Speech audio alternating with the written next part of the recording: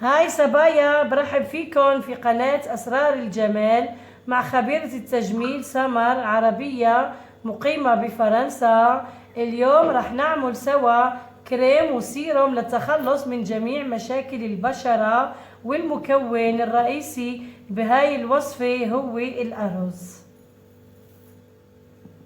الأرز هو سر من أسرار جمال بشرة وشعر الكوريات، بيعتمدوه كتير بوصفاتهم وكمان بغذائهم.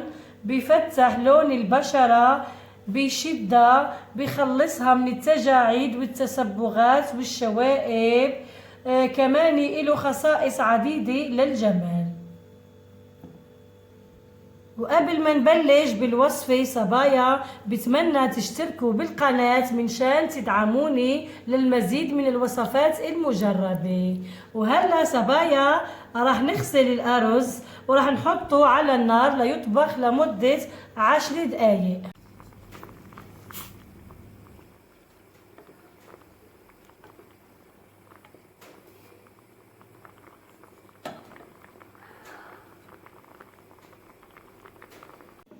وهلا صبايا راح نقوم بتصفيته للأرز منشان نحتفظ بالمي تبعه منشان نستعملها بعدين هيك.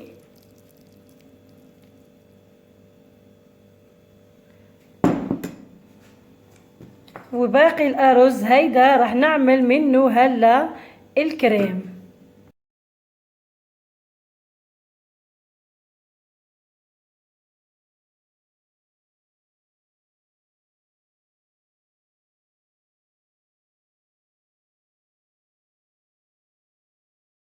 هيدا صبايا شكل الأرز بعد ما حطيناه بالخلاط الكهربائي لحتى صار كريم هيك. رح نعمل منه هلا الخلطة الأولى، وهي عبارة عن سيروم. بناخد معلقتين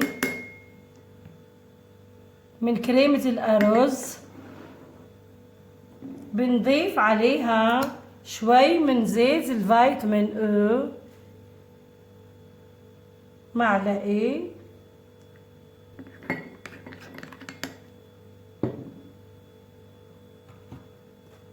كمان شوي من زيت جليسيرين.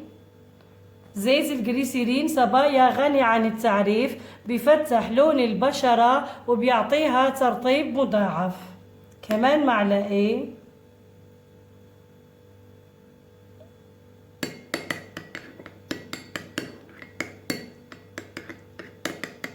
كمان معلقة من زيت اللوز الحلو.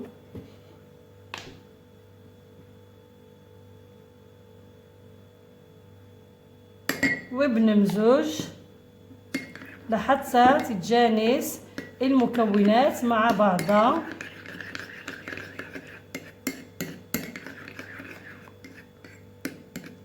هيدا عبارة عن سيروم ليلي صبايا. وهلا رح نحطه بعلبة.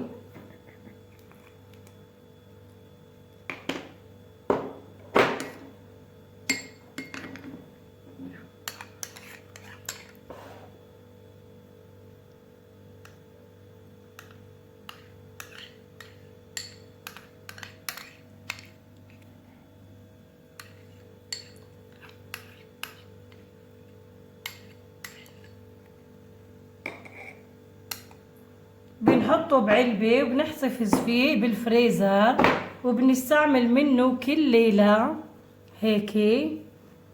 بنمسح على بشرة الوجه بشرة نظيفة، وبنتركه للصبح، صالح لمدة شهر.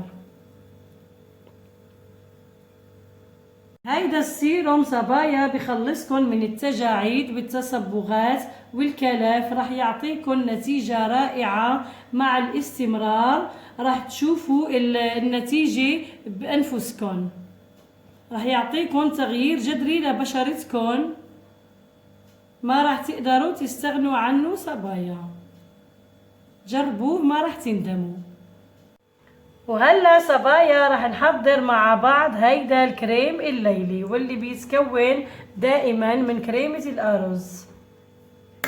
معلقتين كريمة أرز، بنضيف عليهم معلقة من مية الورد، هاي مية ورد طبيعية يعني مقطرة.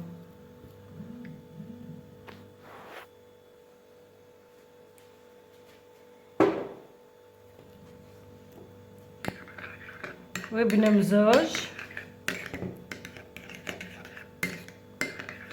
كمان شوي من عصير الليمون.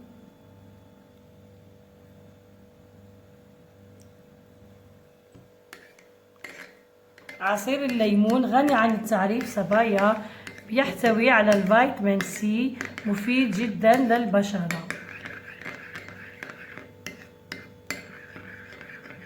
وهلا شوي من زيت الجوجوبا.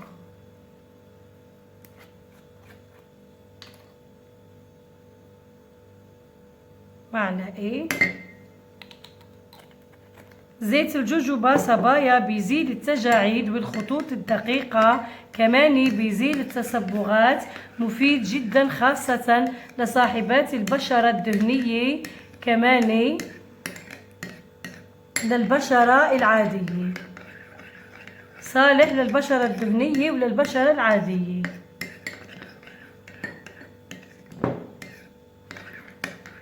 كمان شوية زيت الفيتامين او.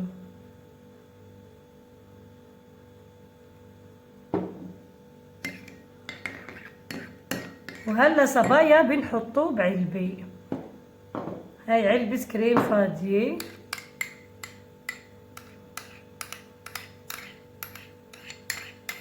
هيدا كريم رائع، كريم ليلي بنحطه على بشرة نظيفة من الليل لحتى الصبح بنغسله، رح يعطينا نتيجة رائعة، شد تبييض، وكمان بخلصنا من التصبغات والتجاعيد والخطوط الدقيقة، كل مشاكل البشرة. رائع.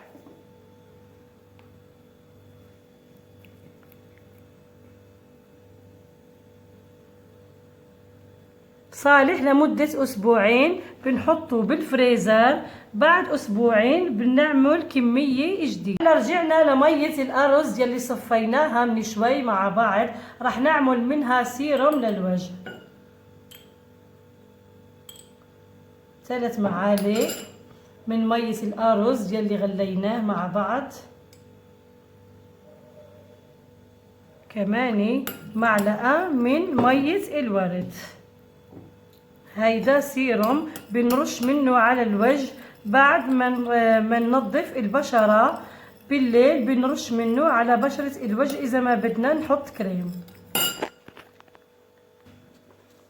وهيدا السيروم حطيناه بهاي القارورة هاي منشان نحط منها على الوجه هيك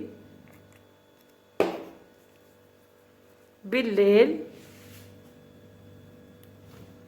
وبهيك صبايا بنكون وصلنا لنهاية الفيديوز، بتمنى تشتركوا بالقناة وتفعلوا زر الجرس منشان تشجعوني للمزيد من الوصفات المجربة.